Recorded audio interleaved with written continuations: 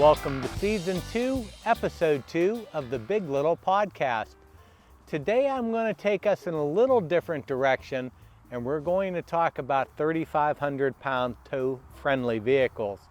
There are a lot of really good options out there, and not only good options, but options that are going to give you a full bathroom, including a separate shower, and I am going to get into those now. I guess the first thing I think about 3,500-pound tow vehicle, we're looking at your Jeep, most SUVs, your minivans, and quite a few cars all fit in that category. What makes a good candidate for a 3,500-pound tow vehicle? As far as a camper, I like to see the lightweight between 2,500 to 2,800 pounds, the tongue weight up to 300 pounds, and I'm also going to tell you a little bit about the 10% rule. If you have a vehicle that can pull 1,500 pounds, your tongue rating can go up to 150 pounds. With a 3,500-pound tow rating, your tongue rating can go up to 350 pounds. As you'll see as we go through this, what is listed as actual brochure dry weights and tongue weights can be different from what they actually are. Not night and day difference, but you don't want to pull it down to the exact wire. The other feature with today's modern campers, they all are going to have electric brakes, which is going to help you stop those. I don't consider it a drawback, but when you're looking at this kind of lightweight camper, when they say 2 to 4 people, I'm going to tell you 2 to 3 people. With a rare exception, some of them can handle 4 people. When I take a look at what else do you need to tow it, not a lot. We're going to look at 3 campers. We're going to look at the A-Liner Expedition. We're going to look at the Riverside 135, and we're going to look at a vintage 17 RWD. Out of these 3 campers, they are all 3,500-pound tow vehicle friendly.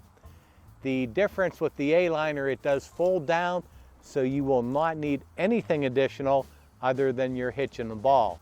With the other 2 that are your traditional stand-up campers, I do highly recommend a sway bar. Very simple, relatively inexpensive. There's a ball that goes on your hitch, ball that goes on the trailer frame, and 2 pins you put it in, 2 pins you take it out. And it does make a difference. And I'll get into some of my real-world experience with that. One of the other things that I do want to mention as we talk in general about this category of campers is anything you add to the tongue is going to add to the tongue weight.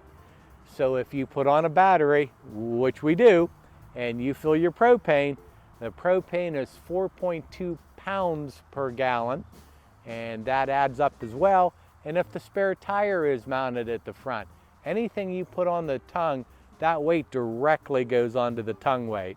The last thing I would like to talk about in general, one of the things that we often see when you are hooking your vehicle up to your trailer, you do want them to be fairly level. If your trailer is going to do this or going to do this, you're going to get some premature tire wear. And I have seen something that I have never seen before. I won't mention the fellow's name, but we have a used camper that they wanted us to go through, and it was an absolute nightmare. It was so bad the lug nuts were actually put on the rims backwards. I've never seen that. Newmark has never seen that. That was truly a first for us. He also paid $5,000 for a camper that has a book value of about $2,500.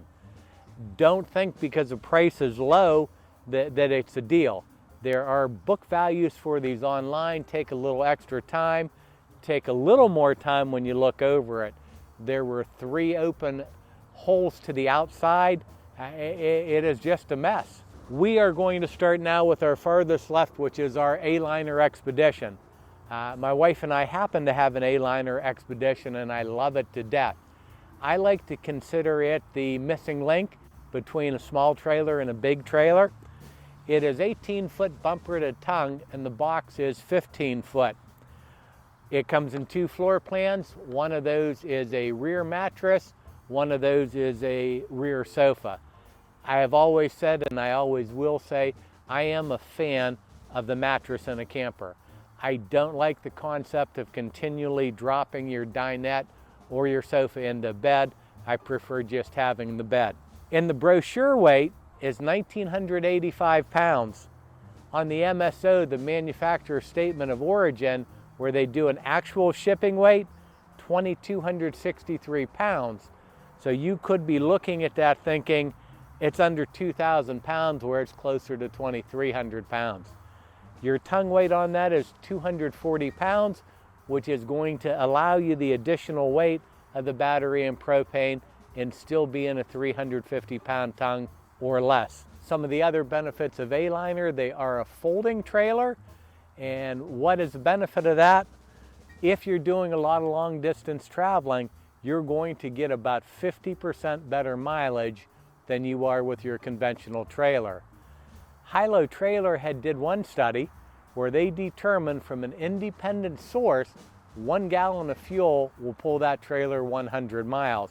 And I think that's probably still a true formula.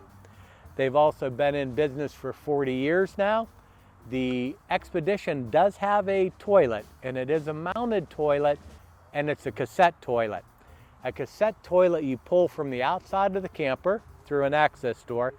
It's about this big, about that big around. Take it into any bathroom, dump it out, and flush. I can argue both ways of which ones are better. I like the cassette toilet, but I don't know any better way to put it. It is surprising how quickly it fills up. But with that said, you still have your air conditioner, you have a furnace, you have a hot water, you have all the amenities of a full-size camper.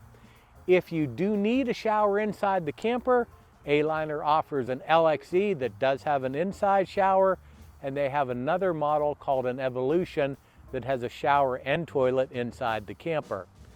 I have carried those here for about 15 years now. I'm on my second A-Liner and can honestly say I do love it to death.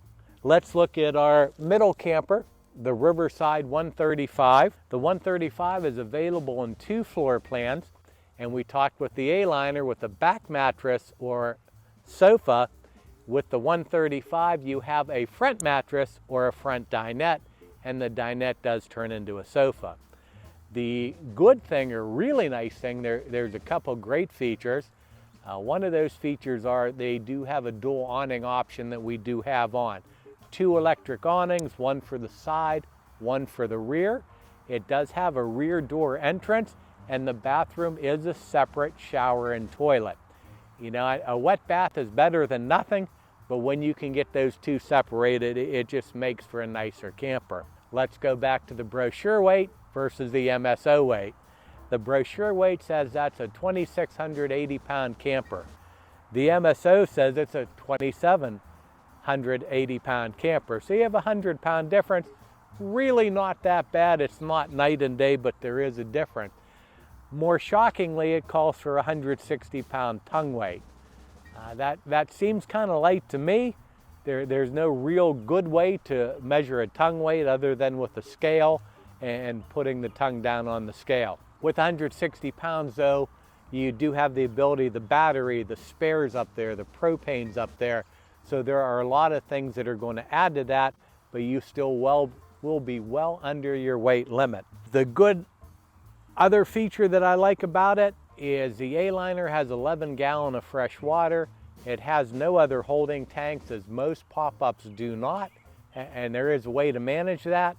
But as you get into the retro, they have some good sized holding tanks. 36 gallons of fresh, 30 black and gray. So you should easily be able to get a good weekend out of that with a couple. You're going to also get all the same features as you're getting in there with your A-Liner. Hot water, air conditioning, furnace. It's just a nice package of a deal. I would like to talk a little bit now about the one on my rate, which is the Gulfstream 17 RWD. It's a 20-foot bumper to tongue, which is the same size my wife and I have in an R-Pod. 20 foot is a decent size. I feel I'm okay if we get caught with a little bit of a rain or inclement weather, anything that drives you inside. But I also have to go back to, I've camped in a lot of things, from a tent to 38-foot Class A. When I went back to a smaller travel trailer, I'm camping again. You pull in, you plug in, then you go outside. When I had a big rig, I pulled in, I plugged in, and I stayed in. Why would I want to leave that thing? But now with these, we're actually camping again. There is in Gulfstream a Vista and a Vintage, which is a retro one and a modern one, the same floor plans. So if you like a floor plan, you have that choice between vintage or modern. The brochure weight on that, 2,567 pounds. The actual MSO, 2,878 pounds. So this one has gained about 300 pounds. Tongue weight is 240 pounds. But the other things you're getting with this, you have a full shower inside with a separate toilet. You've got a dinette in the back. You have a bed in the front. It is a real nice layout. The other thing that I have seen, and again, we have carried multiple brands over the years, Gulfstream is a little better fit and finish in a market price. When I say that, if you look at the lighting on the inside, you're going to see some fancier lighting. You're going to see some better quality woodwork. Another brand that I won't mention that we're discontinuing to carry was pretty infamous for having a lot of nail marks in there, where they did a very poor job of trying to hide them. When you look at the fit and finish in the Vintage, it is darn near flawless. Some of the other pluses with the Gulfstream, as well as with the Retro, they are aluminum framed, they are not wood framed. That goes a long way in my mind as well. Laminate is considered a premium wall material, but I've got to say, in my opinion, the stick and tin versus laminate, both will last as long as you maintain it. It also has good size holding tanks, 27 fresh, 33 gray, 33 black. They do have some upgrades that I do appreciate. Each of the campers, again, remember, we have been to their factories, we know how they're built. I also look at and see what options there are and which options make sense. More and more they're going to the solid step, as we have in our Gulfstream. They are also offering more and more propane and electric hot water, and Gulfstream is the only one I'm aware of that is offering Goodyear and Turns tire updates. So these are the things that we put on as standards here so that you get your best bang for your buck. So I'd like to leave you with this thought. We have only brought 3 of them out here, but I easily have 7 or 8 on the lot that are 3,500 pound friendly. You don't have to get a new vehicle, you don't have to get a bigger vehicle. So come on down to Kerola Campers and see what we have here that might meet your needs. We'll see you again in episode 3 of season 2. Happy camping.